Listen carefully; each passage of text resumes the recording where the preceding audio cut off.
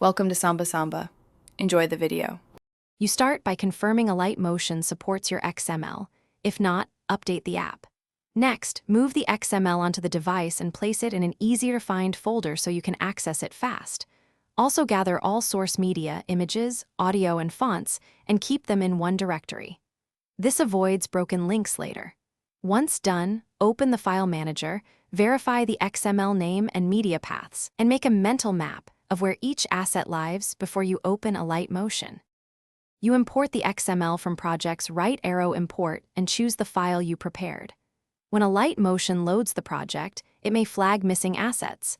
Relink each by navigating to the folder you created so the app can reconnect paths. Then inspect the composition. Confirm layer order, masks, and keyframe timing, because small differences in file paths change how things render.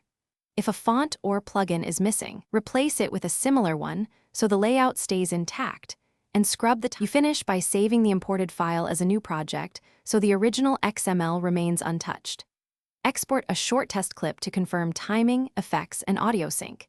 Make adjustments to resolution, FPS, or bitrate as needed before the final render. If something goes wrong, one key troubleshooting step is to relink missing assets first.